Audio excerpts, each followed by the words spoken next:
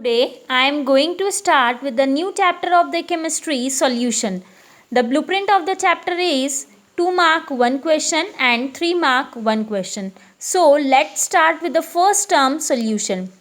What is solution? Solution is a homogeneous mixture of two or more pure non-reacting substance. Solution क्या होता है? दो या दो से ज़्यादा नॉन रिएक्टिंग सब्सटेंस का क्या होता है? Homogeneous mixture. But it is noted that their composition में बी वेरी. उसका कंपोजिशन जो है वो कम ज़्यादा हो सकता है. जो दो कंपोनेंट है उसका कंपोजिशन क्या हो सकता है? कम या ज़्यादा हो सकता है. But simply solution is homogeneous mixture of two और more components. Okay, now type of solution. Solution may be classified on the basis of state of matter and on the basis of concentration. On the basis of state of matter, solution includes 9 types. Okay, and on the basis of concentration, they are classified into 5 categories. First of all, let's discuss on the basis of state of matter. First one is gaseous solution. Gaseous solution यदि है आपके पास तो always जो solution है उसमें दो component होते हैं. You all know, one is solute and another is solvent. For example when we consider sugar in water, यदि मैं आपको बोल रही हूँ शुगर को आपको वाटर में डालना है तो sugar is a solute and water is a solvent. Okay, so what we can say, यदि अपन गैशियस सोल्यूशन लेंगे तो ऑलवेज सॉल्वेंट क्या होगी? गैस. एंड जो सॉल्यूट होगा वो क्या होगा? एक बार गैस होगा, एक बार लिक्विड होगा और एक बार सॉलिड होगा. ओके, अब यदि दोनों गैस है मीन्स सॉल्यूट भी गैस है और सॉल्वेंट भी गैस है तो such example is air, because air is a homogeneous mixture of several gases. So solute is also gas and solvent is also gas. But in case of second type, when liquid is solute and solvent is gas, तो अपन इसका example बोल सकते हैं humidity. जो air में humidity होती है तो air is a gas but humidity it may be in liquid form, so it is an example of liquid in gas. Now third one is solid in gas. अब solid in gas का example क्या बता सकते हो? यदि camphor को air में रख रहे हैं या एयर में प्रेजेंट है तो वो किसका एग्जाम्पल हो जाएगा? Gaseous solution. Now liquid solution, यदि लिक्विड सोल्यूशन की बात कर रही हो तो ऑलवेज सॉल्वेंट क्या होगा? लिक्विड.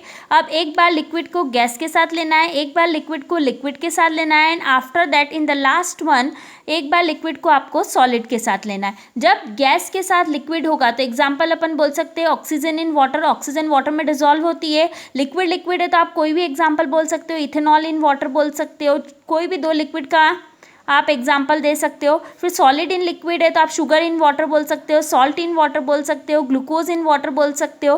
तो ये कौन सा एग्जाम्पल हो जाएगा? Liquid solution. Now third one is solid solution. Solid solution यदि है तो always solvent is a solid. अब जो सॉल्यूट है वो एक बार गैस होगा, एक बार लिक्विड होगा और एक बार सॉलिड होगा. यदि गैस और सॉलिड है तो एग्जाम्पल अपन क्या बोल सकते हैं? हाइड्रोजन गैस किसकी सरफेस पे रखी है मैंने? पैलेडियम की सरफेस पे. यदि लिक्विड और सॉलिड है तो अपन बोल सकते हैं मर्क्यूरी जो है वो लिक्विड मेटल है और सॉलिड में यदि मैं उसका एग्जांपल ले लूँ सोडियम, तो मर्क्यूरी का यदि एमलगम हो रहा है सोडियम के साथ तो वो किसका एग्जांपल हो जाएगा? Liquid with solid. Okay, and you all know when metal that is mercury combined with another metal the term used is amalgam. अपन यहाँ पे क्या टर्म यूज करते हैं? एमलगम. अब सॉलिड इन सॉलिड में कॉपर को यदि मैं गोल्ड के साथ मिक्स कर रही हूँ तो एलॉय बन जाएगा, homogeneous mixture of metal. Here both the metal is in solid state तो यहाँ पे क्या ऑब्टेन हो जाएगा आपको? Alloy. Now on the basis of concentration, concentration के बेसिस पे अपन ने उसको कितने टाइप में क्लासिफाइड करा है? 5 टाइप में. One is concentrated solution, second is dilute solution, third is saturated solution, another is unsaturated solution and last one is super saturated solution. First one is concentrated solution. Concentrate solution वो solution होंगे जिसमें solute का amount क्या होगा? ज़्यादा. Means जिसमें solute यदि ज़्यादा है such solution is known as concentrated solution. When amount of solute is less it is known as dilute solution. और उसके बाद solution in which no more solute can be dissolve at particular temperature is called saturated solution. ऐसे solution जिसमें और ज़्यादा solute को अपन dissolve नहीं कर सकते एक पर्टिकुलर टेम्परेचर पे, उसको आप बोलोगे सैचुरेटेड सोल्यूशन। और अनसैचुरेटेड सोल्यूशन ऐसे सोल्यूशन जिसमें अपन सॉल्यूट को डिजॉल्व कर सकते हैं एक पर्टिकुलर टेम्परेचर पे, तो वो सोल्यूशन होगा आपका अनसैचुरेटेड सोल्यूशन। और उसके बाद लास्ट है सुपर सैचुरेटेड सोल्यूशन। तो an unstable state of solution which contain more amount of solute than saturated solution. ये एक ऐसी अनस्टेबल स्टेट होती है जिसमें सैचुरेटेड सोल्यूशन की कंपैरिजन में ज़्यादा सॉल्यूट का अमाउंट प्रेजेंट होता है, and such solution is called super saturated solution. So I explain in that part about solution and type of solution. Now come to the next topic, that is concentration terms. Now concentration terms, first one is mass percentage. Mass percentage. Students, as we know, if we want to calculate our percent, how can we do it? First of all, we obtain marks in the numerator and total marks in the denominator. After that we multiply it by 100 to give percentage. Similar in that case also, the mass of component is put in the numerator and total mass of both the component, that is solution, is put in the denominator, and on multiply this by 100 we give mass percentage. For example, यदि मैं mass percentage solvent का calculate कर रही हूँ तो सबसे पहले मैं solvent के mass को रखूँगी, after that mass of both the component, that is solute plus solvent, अपन नीचे plus करके put up करेंगे और उसका multiply यदि 100 में कर देंगे तो क्या मिल जाएगा? mass percentage of solvent. As it is, यदि mass percentage of solute निकालना है तो सॉल्यूट को यदि अपन B से रिप्रेजेंट कर रहे हैं तो फॉर्मूला क्या हो जाएगा? WB upon WA plus WB multiply 100. Okay, individual के मास को ऊपर रख के टोटल मास डिवाइड करना है और किससे मल्टीप्लाई करना है? 100 से. तो अपने को क्या मिल जाएगा? Mass percentage. Okay, now next term is volume percentage. Similarly volume percent क्या होगा? यदि वॉल्यूम परसेंट किसी भी कंपोनेंट का निकालना है तो जो वॉल्यूम है एक कंपोनेंट का, उसको जब अपन टोटल दोनों कंपोनेंट के वॉल्यूम से डिवाइड करेंगे, and here as we find the percentage so we multiply it by 100. जब अपन उसको 100 से मल्टीप्लाई करेंगे तो आंसर किस में मिलेगा? परसेंट में. अब वॉल्यूम परसेंट यदि सॉल्वेंट का निकाल रहे हैं, सॉल्वेंट का जो वॉल्यूम है VA है और टोटल जो है सोल्यूशन का volume VA plus VB, then on multiplied by 100 we give volume percentage of solvent. Okay, यदि अब मेरे को वॉल्यूम परसेंटेज ऑफ सॉल्यूट निकालना है तो सॉल्यूट के लिए मैंने नोटेशन B का यूज़ करा है, तो फॉर्मूला हो जाएगा VB upon VA plus VB multiply 100.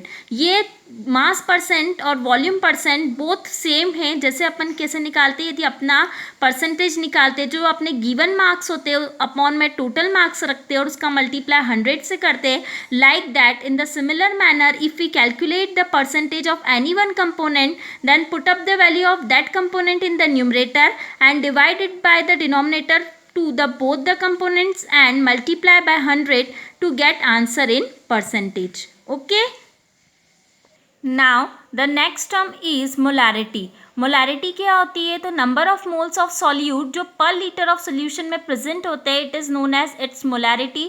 Molarity को अपन कैपिटल M से रिप्रेजेंट करते. जो मोलारिटी होती है वो number of moles of solute divided by volume of solution. Here noted that volume में बी प्रेजेंट इन लीटर. यदि इस लीटर से आप मिलीलीटर में कन्वर्ट करोगे तो ऊपर किसका मल्टीप्लाई कर दोगे? 1000 का. ओके, अब number of moles of solute क्या होता है? Number of moles of solute, यदि मैं सॉल्यूट की बात कर रही हूँ, सॉल्यूट का नोटेशन मेरे पास क्या है? B. तो सॉल्यूट का जो होगा नंबर ऑफ मोल्स वो होगा given mass of solute upon molar mass of solute. Then put up the value of number of moles of solute. Number of moles of solute क्या बोला मैंने? Given mass of solute upon molar mass of solute. And volume of solution के लिए मैंने क्या use कर लिया? V. और यहाँ पे मैं लिखूंगी ml बिकॉज यहाँ पे मैंने किसका मल्टीप्लाई कर दिया? ऊपर 1000 का. तो ये वॉल्यूम किस में हो गया? मिलीलीटर में. अब यदि मैं यहाँ से यूनिट बताऊँ तो number of moles of solute की यूनिट हो जाएगी मोल और यहाँ पे वॉल्यूम की यूनिट क्या हो जाएगी, लीटर, तो मोलारिटी की यूनिट क्या हो जाएगी, मोल पर लीटर। ऊपर वाले फॉर्मूले से मोलारिटी की यूनिट क्या हो जाएगी, मोल पर litre. Okay, now next term is molality. Molality क्या होती है, तो molality is the number of moles of solute dissolve in 1 kg of solvent. जितने सॉल्यूट के मोल 1 kg सॉल्वेंट के मास में डिजॉल्व होंगे उसको उसकी मोलैलिटी बोलेंगे। इसको अपन रिप्रेजेंट करते हैं स्मॉल m से और मोलैरिटी को रिप्रेजेंट करते हैं अपन कैपिटल M से। अब स्मॉल m क्या होगा, number of moles of solute. Numerator की वैल्यू तो दोनों में सेम है, but in that case in the denominator we have mass of solvent. Solvent का मास होगा और वो भी किस में होगा, केजी में होगा। यदि अपन इस केजी को ग्राम में कन्वर्ट करेंगे तो किसका मल्टीप्लाई कर देंगे, ऊपर 1000 का। Okay, again also number of moles of solute क्या होगा, mass of solute upon molar mass of solute. Molar mass को मैं m से रिप्रेजेंट करूंगी और जो गिवन मास है, जो मास है उसको मैं w से रिप्रेजेंट करूंगी। ओके, और here also in the denominator we have mass of solvent, तो मास को किससे रिप्रेजेंट करेंगे अपन, WA से। और इसकी SI यूनिट क्या होगी, मोल के कारण ऊपर, मोल्स के कारण ऊपर की यूनिट तो हो जाएगी मोल, और नीचे वेट के कारण इसकी यूनिट हो जाएगी, जो वेट है वो केजी में, तो मोल पर केजी। ऐसा यूनिट क्या हो जाएगी, मोल पर केजी।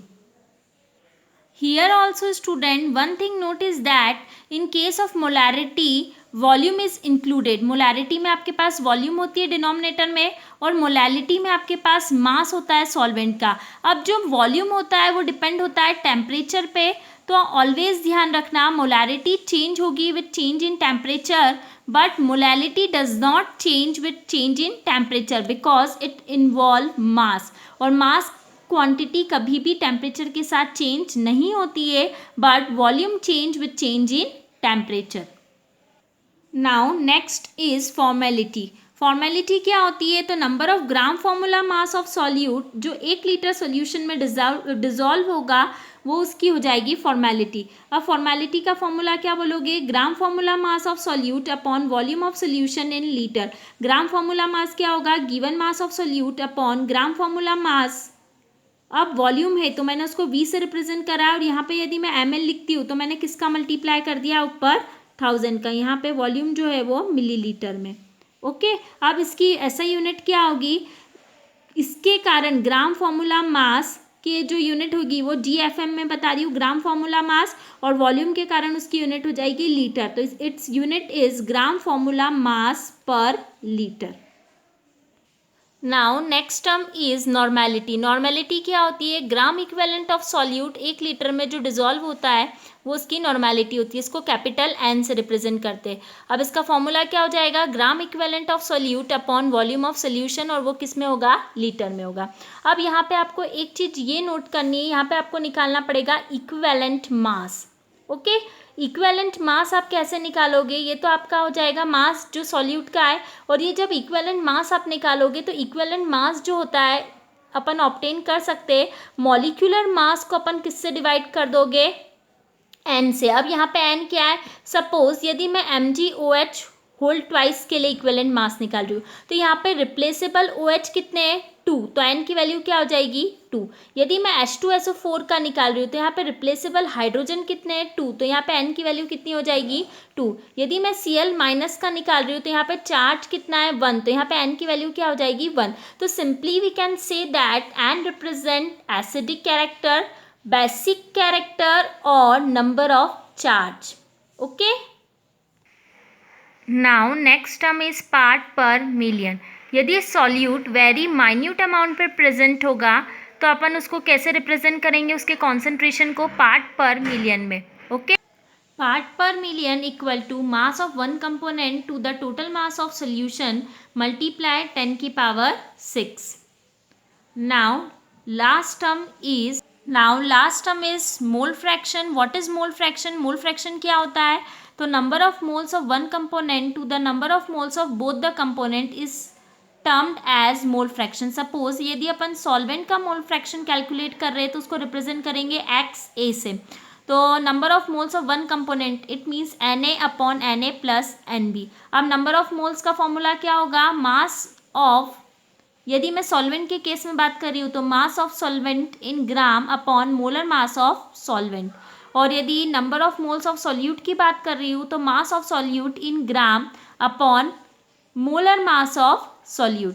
एज इट इज यदि मोल फ्रैक्शन ऑफ सॉल्यूट के केस में बोल रही हूँ तो number of moles of solute upon total number of moles of both the component that is solute plus solvent on addition of XA and XB। Here numerator is same in here denominator is same in both the case, so on addition of XA plus XB, NA plus NB दोनों जगह यहाँ पे same है denominator में, तो इसको अपन क्या लिखेंगे एक बार, it means NA plus NB। अब ऊपर क्या हो जाएगा, बेस सेम है तो इसको एक बार लिख दिया और ऊपर भी हो जाएगा NA plus NB, तो NA plus NB ऊपर नीचे कैंसिल हो जाएगा, it gives 1। It means the sum of mole fraction of both the component is equal to 1।